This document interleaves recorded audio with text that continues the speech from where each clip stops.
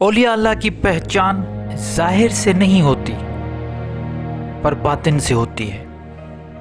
ان کی کیا نشانیاں ہیں ایک عام آدمی کیسے سمجھے کہ یہ ولی اللہ ہے، یہ اولیاء اللہ ہے؟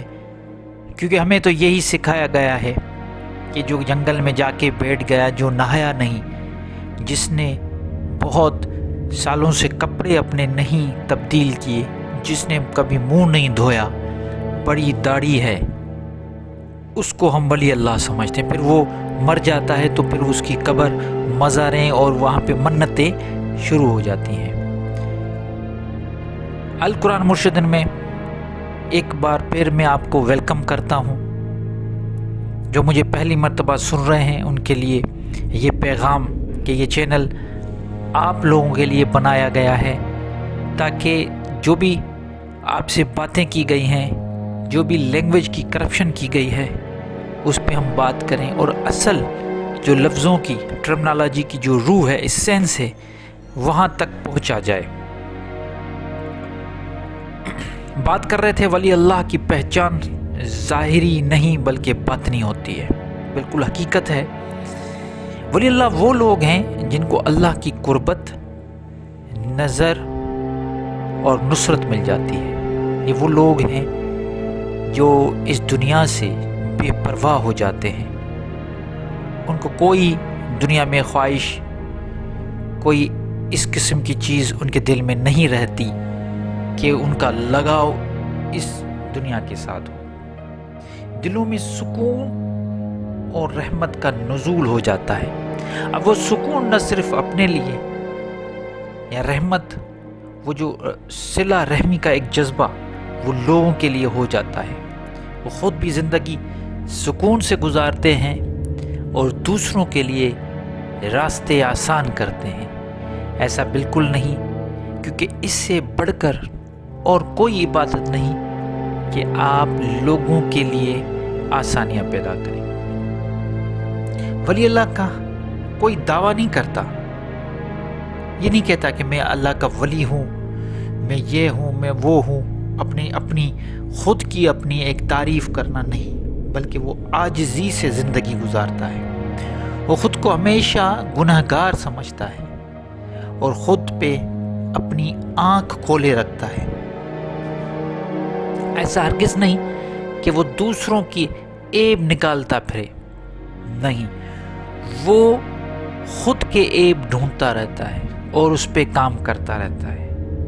خلق خدا سے بے لوث محبت۔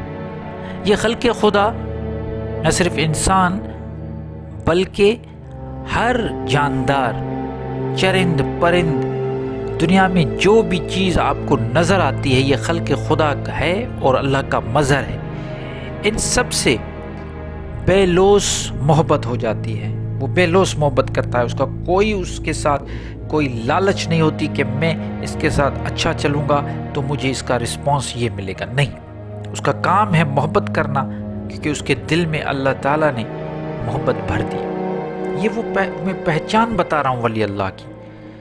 نہ کچھ رکھتے ہیں نہ مانگتے ہیں، وہ کبھی بھی مال جمع نہیں کرتے کہ ہمیں مستقبل کے لیے کام آئے گا، ایسا کچھ نہیں ہوتا۔ وہ جو کچھ ہے اللہ کا شکر اور صبر کر کے استعمال کرتے ہیں، اور کبھی بھی وہ مانگتے نہیں لوگوں سے، کیونکہ ان کا یہ ماننا ہے کہ دینے والے وہ ذات ہے، مانگو تو اس ذات کے سے مانگو جس کے خزانے کبھی نہ ختم ہونے والے ہیں۔ عام لوگوں سے ہم کیا مانگیں، وہ ہمیں کیا ہی دے سکتے ہیں، اس لیے وہ کبھی بھی جمع نہیں کرتے۔ یہ جمع کرنا اصل میں جو سوسائٹی میں غربت آتی ہے اس کے دو وجہ ہے۔ ایک تو ویلتھ، ڈسٹریبیوشن آف ویلتھ، یہ جو پیسوں کی وراثت ہے کسی بھی اسٹیٹ میں، اس میں غلطی آ جائے اور لوگ پیسہ، مال، دولت جب جمع کرنا شروع کرتے ہیں تو یہیں سے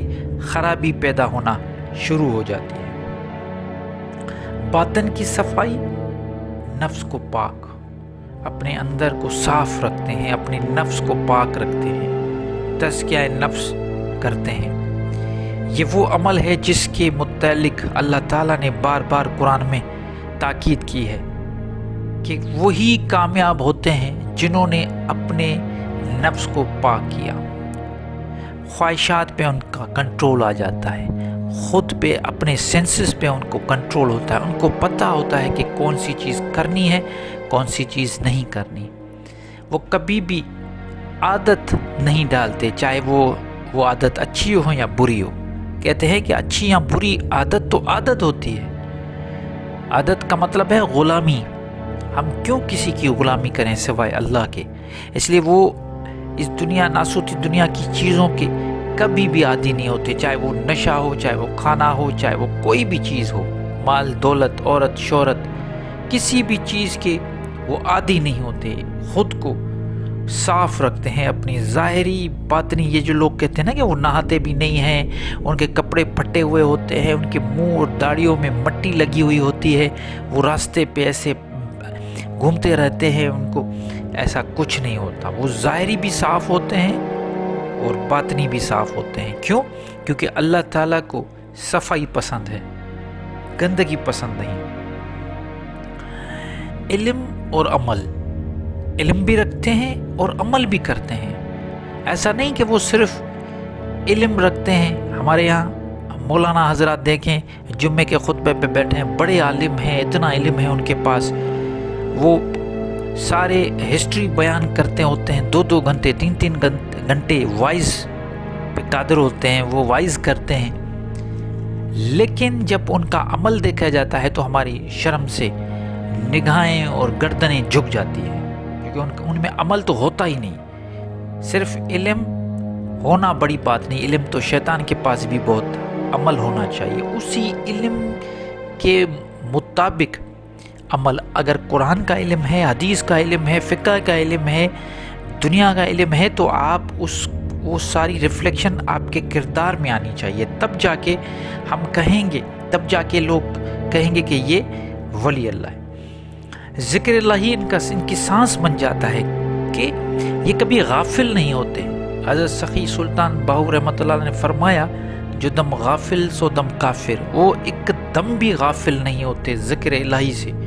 اس لیے کہتے ہیں کہ ان کی سانس بن جاتی ہے، کیونکہ سانس کا چلنا اور ذکر کا کرنا، یہ ان کا تال میل جب مل جاتا ہے تو اس کے بعد اصل ولی اللہ وہی ذکر میں ڈوب جاتے ہیں، اور یہی ذکر میں ڈوبنا اولیاء اللہ کی پہچان ہو جاتی ہے، اور یہی اللہ کو پسند ہے۔ اس لیے اللہ تعالیٰ نے قرآن میں فرمایا، ذکر اللہ ذکر کثیر، اے ایمان والو اللہ کا ذکر کرو، کثرت کے ساتھ کرو۔ اور یہ سانس کا ذکر کا مطلب ہی یہی ہے کہ کثرت کے ساتھ کرنا۔